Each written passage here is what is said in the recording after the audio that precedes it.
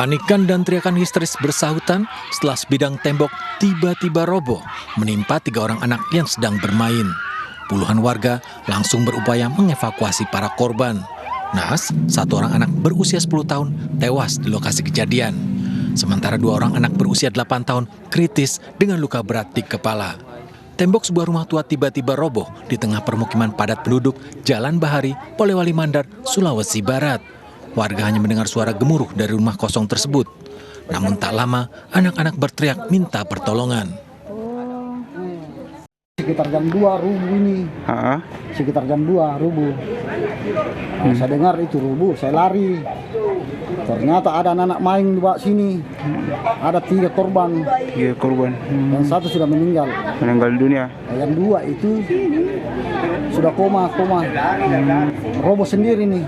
Karena sudah tidak baku makan, dia Senin lagi sudah rongga.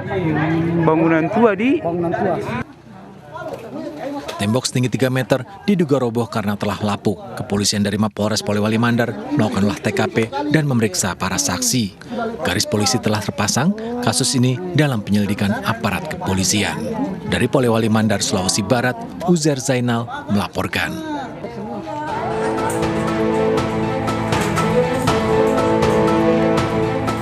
Berbekal alat penjepit, tim rescue damkar mengevakuasi seekor ular piton yang masuk ke permukiman dan bersembunyi di dalam kamar mandi rumah warga di Jalan Giobos 9, Kota Palangkaraya, Kalimantan Tengah. Meski sempat melawan, namun hewan melata sepanjang lebih dari 1 meter tersebut akhirnya berhasil dievakuasi petugas dengan memegang erat bagian kepala dan buntutnya. Sebelumnya penghuni rumah curiga karena mendengar suara gaduh di atas plafon. Ular piton terjatuh dari lubang plafon, terkurung di dalam kamar mandi. Lalu, penghuni rumah melaporkannya ke petugas untuk meminta bantuan.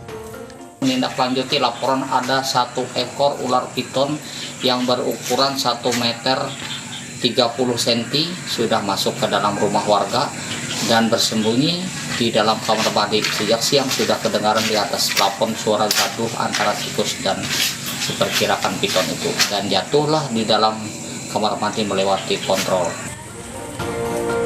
Setelah dimasukkan ke dalam karung, ular piton dilepaskan kembali ke hutan yang jauh dari permukiman warga.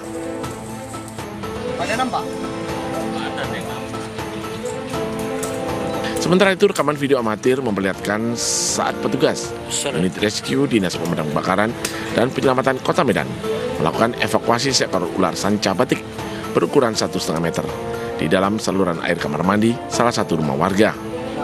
Awalnya, petugas damkar menerima laporan terkait adanya warga yang melihat ekor ular di dalam saluran air kamar mandi. Petugas terpaksa membongkar dan memecahkan pipa saluran air yang kecil, menggunakan linggis agar ular jenis sanca batik yang berada di dalamnya dapat dievakuasi. Melalui rongga-rongga dari sela-sela kamar mandi, rongga selokan buangan air dari kamar mandi maupun dari kloset. Kalau yang ini, kalau nggak salah ini dari rongga-rongga air buangan air. Butuh waktu 15 menit, petugas unit rescue damkar Kota Medan mengevakuasi ular sanca batik yang dikhawatirkan dapat membahayakan warga. Dari Palangkaraya dan Medan, Sumatera Utara, Ade Sata dan Ahmad Ridwan Nasution melaporkan.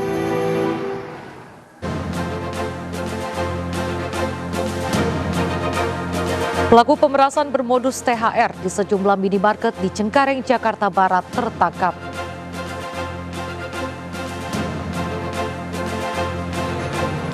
Aparat gabungan TNI Polri menggelar razia di jalur bus Transjakarta kawasan Jatinegara, Jakarta Timur. Mobil Jenderal Purnawirawan ikut terjaring.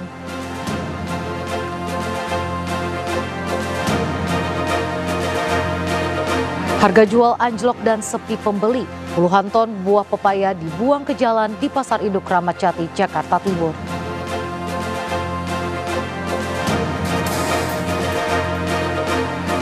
Jelang laga perempat final Piala Asia versus Korea Selatan, Garuda Muda siap melayani pemainan kelas dunia tim Satria Teku Korsel.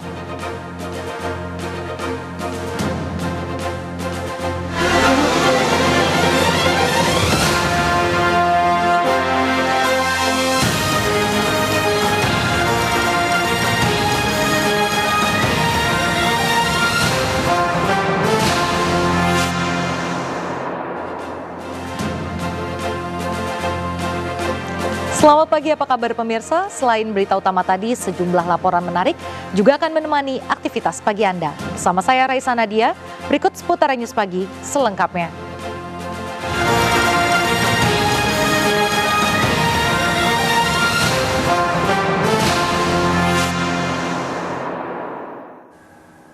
Pemirsa, pria pengangguran memeras dan mengancam karyawan sejumlah minimarket di Cengkareng, Jakarta Barat. Pelaku meminta uang jutaan rupiah dengan modus THR.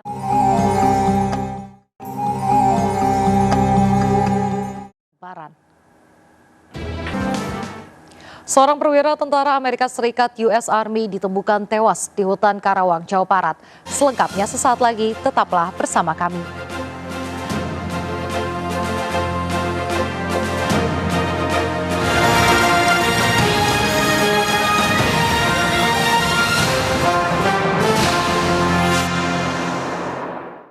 Tidak perlu syarat, gratis tonton di RCTV.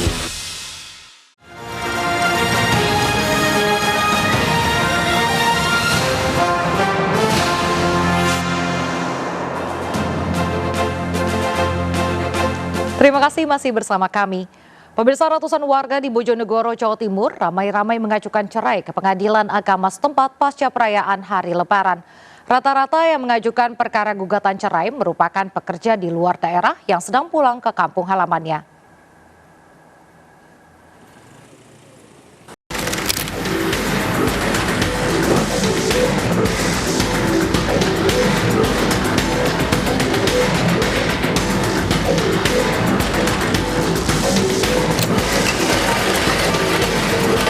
Bersama kita akan mengungkap dunia kejahatan dengan berbagai laporan kriminal dalam Sergap Investigasi. Kami akhiri jumpa kita pagi ini. Saya Raisa Nadia, selamat beraktivitas, tetap semangat dan sampai jumpa.